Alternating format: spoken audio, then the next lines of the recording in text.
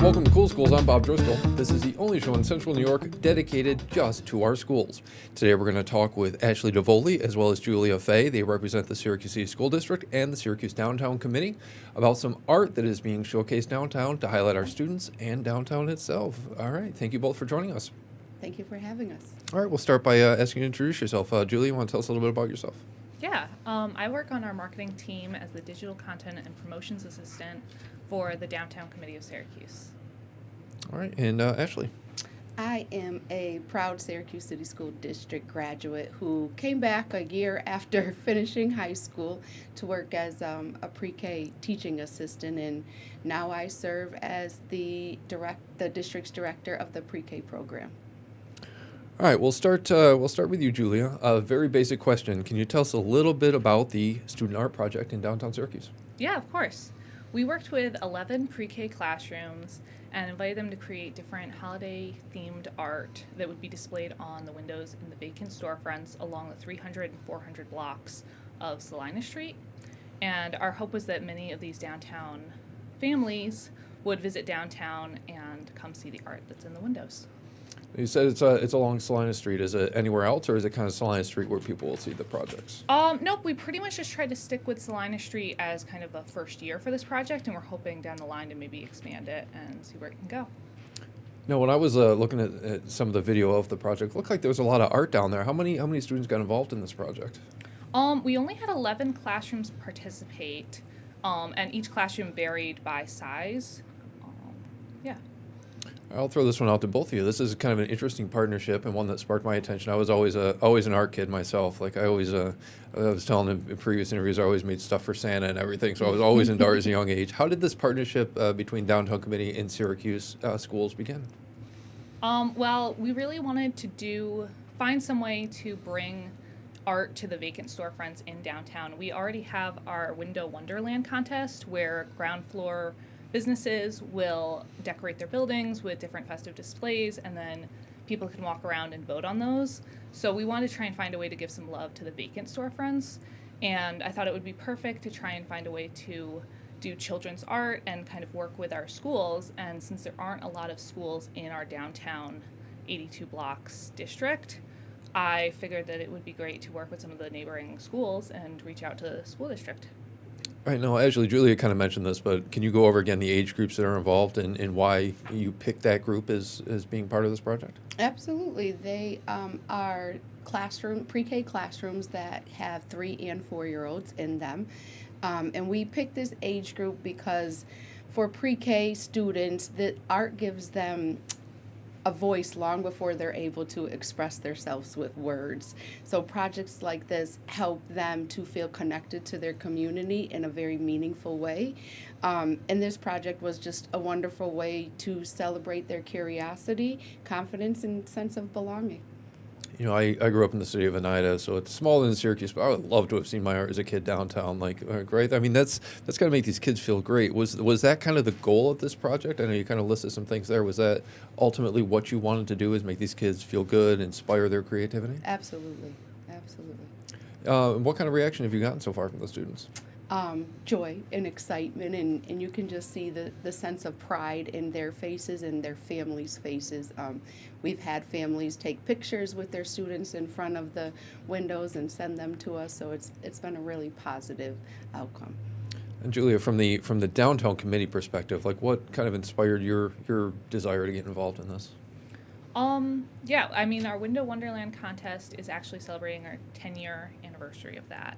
So we kind of wanted to find a way to make that special. So trying to tie in some of the different vacant storefronts so you didn't have those gaps as people were walking along was a great way. And being able to work with the school district, as a Syracuse City School District graduate myself, I knew that there were definitely ties there and opportunities for us to kind of expand that growth and get more people to hopefully come downtown and experience the joy that we all have downtown. How do you think this art downtown kind of changes the feel, right? Like if you're sitting at a red light and you look over and you see it, or you're just walking, like how does it make people feel different down there? Yeah, we really hope that people find a lot of the joy and have so much fun walking around and seeing the different children's art. I know our team loved putting together the different pieces of art and being able to see each unique piece of art that the kids created. And we hope that more people can see that and feel inspired as they walk down downtown. Well, actually, going into this, did the students know that their art would be put on like this much of a display? Was it kind of a surprise to them? They knew that they were making art projects to be hung up within the community, but I don't think they really got what that meant until they were able to see that themselves. That's really cool. I mean, in when they first saw it, they had to have like a lot of pride, right? Yes, absolutely. You could see it beaming from their faces. Is there a story that stood out to you? Maybe any kids that mentioned anything exciting or anything that they felt? I think just the pictures from the families that they have sent and just the gratefulness from the parents to be able to see that, have that experience firsthand with their child, for the pride for the child and the parents. I'll kind of throw this one out to both of you. What are some of the types of art that the students put together out there? Like, what are some of the things you've seen them do? Yeah, so we actually gave each classroom like kind of a theme. So some of the themes were snowmen, snowflakes, cookies, Christmas lights. So they all had like a winter theme, and we tried to leave as much creative freedom as possible for each of the teachers and classrooms to kind of decide on their own. So even if multiple classrooms had the same theme, a lot of the art looks variously different from classroom to classroom. What are some of the businesses that have the art display? Like, if people want to look for it, what are some of the places? Well, they're not businesses yet because they're still hoping to find businesses, but there's displayed art at Symphony Place on 111 East Onondaga Street, and then 327 South Salina Street and 330 South Salina Street. The 327 South Salina Street, I believe, is all lit up with the art inside of it. So a lot of the buildings really took pride in being able to display this art in their buildings that may not have seen a lot of love in a while. So they were very excited and were able to shine some light on it, have it in their offices. So it was really great. Have you noticed people kind of stopping and looking at it at all, or kind of noticing it and being surprised by it down there? Oh, definitely. I mean, people are always intrigued on what's happening in Syracuse, in downtown Syracuse especially. So even while we were hanging them, people were coming by and asking about it and stopping to look at the art. Actually, I kind of throw this one at you. Why was downtown Syracuse the best place to showcase this? I think because it's a central location and a lot of people from different sides of town all, find their way through downtown at some point or the other. So I think it was a great way to just centralize that community and bring that to an area that hopefully a lot of people go through. And Julia, when people walk through downtown and they see this art, like, what do you kind of hope that they feel? We really hope that they feel the joy that this project not only brought us and our team, but also that the kids put into making this project. And kind of like the whole goal you actually had mentioned earlier was expressing their creativity and stuff. What kind of direction did you give them? Like, was it make a drawing that shows this, or they have kind of creative freedom to draw what they wanted? So we absolutely believe in creative freedom in pre-K. So we told them really what the theme was, and then gave them materials and let them go at it and create their art. Did anything about the artwork that they drew surprise you? Any drawings that stood out or anything?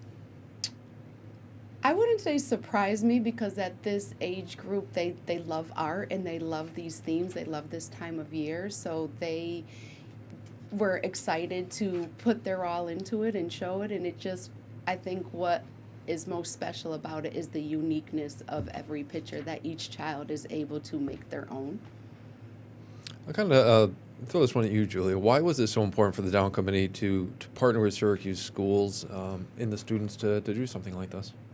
Yeah, our mission is promoting the vibrancy of the businesses within the 82 blocks of downtown Syracuse, but we knew that to do this project, we'd have to look outside of our district. So we really wanted to kind of expand the reach, and we're always looking to get more people to know about what's happening in downtown Syracuse and come down and experience it for themselves. So being able to reach out to schools that were very close to downtown but not exactly in downtown seemed like a perfect way to kind of combine those interests. I'll put you both on the spot. Either one of you draw a photo of this downtown? Did we do what? Did you draw a photo of this downtown?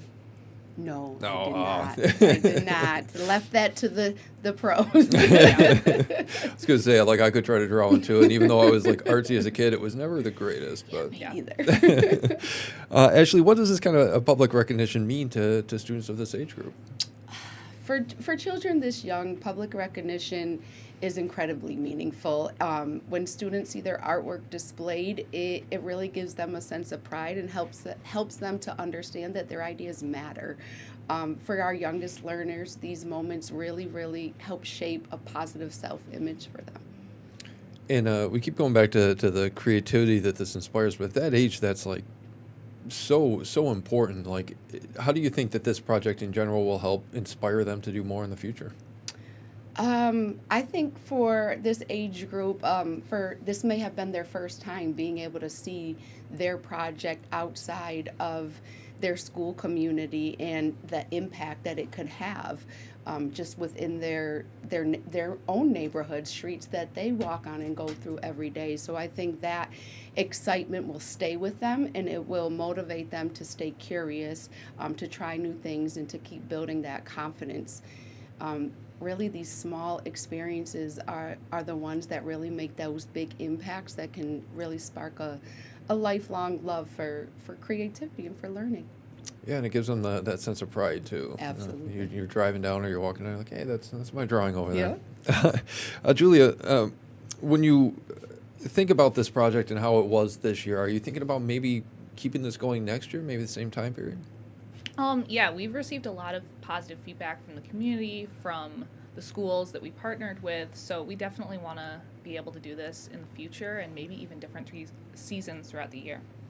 You threw out my next question. I was going to ask if you were thinking about doing different seasons. Like this morning when I was thinking about talking with you both, I was like, oh, July 4th coming up. That'd be a fun one to do too, right? So Yeah. different seasons, different themes, different things like that. Yeah, it'd be great to do it not only throughout the different seasons, but also this paired very nicely with our Experience Downtown for the Holidays campaign.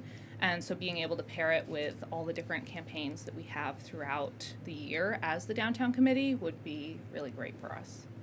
Now, you kind of went with Salina Street this time. Would you pick different areas, expand through downtown, or is that kind of the same area you would target in the future? I think it would depend on maybe the time of year that we're doing it. I know one of the things we've kind of thrown around is the Arts and Crafts Festival, which happens around Columbus Circle in the summer, and trying to do art on some of the windows that kind of lead into that campus would be a great way, and trying to kind of draw the art wherever those events are taking place. Well, actually, we're talking about the younger age group and how important it is to them. What about like older students? Would you ever consider involving them in this project? Maybe slightly older groups? Absolutely. I think this type of project can be meaningful for all age groups. And art is like no matter what age, it can inspire you to do other things too. So that's really cool that you would consider opening that up to them. If the students themselves been pitching any ideas to you after seeing this, did this inspire anything that they've said to you? Really just I think that they love being able to express themselves through art and then see it within their community. So a lot of what I've been getting from our 3 or 4-year-olds are, can we do it again? What's next? What are we going to make next? That's awesome. You get that kind of reaction. So that's where you know that it's positive and you can keep building on it. Favorite reactions? We talked about that there. Julia, Ashley, any other reactions you've gotten that have been your favorite reactions so far? I mean, we've loved seeing the pictures of the kids coming down, and seeing the art themselves has been really great. I'll ask you both kind of for your final thoughts here. Art, to me as a kid, was always very important. Why is it important for young students to get involved in art? How does it help them grow?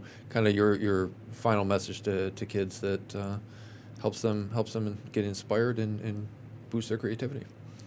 So art is incredibly important at this age. It's one of the first ways they learn to express themselves, and art also helps them build those fine motor skills. It encourages problem solving, and it supports emotional development in a way that feels natural and fun for them. So a project like this takes all that a step further, and seeing their work displayed in downtown Syracuse, their own community, gives them a sense of that pride and that accomplishment and the kind of positive early learning experience that really helps them shape the future of their view and their perspective of learning. All right, Ashley DeVoli, Julia Fay, Syracuse City Schools Downtown Committee. Thank you both for joining us. Thank you. For Thank having you. us. And if you have something going on in your school you want us to talk about, you can email me anytime, coolschools@localsyr.com. Download the WSYR Plus app on your TV to stream News Channel 9 for free. Just go to your smart TV, search WSYR Plus in the App Store, and download to start streaming today.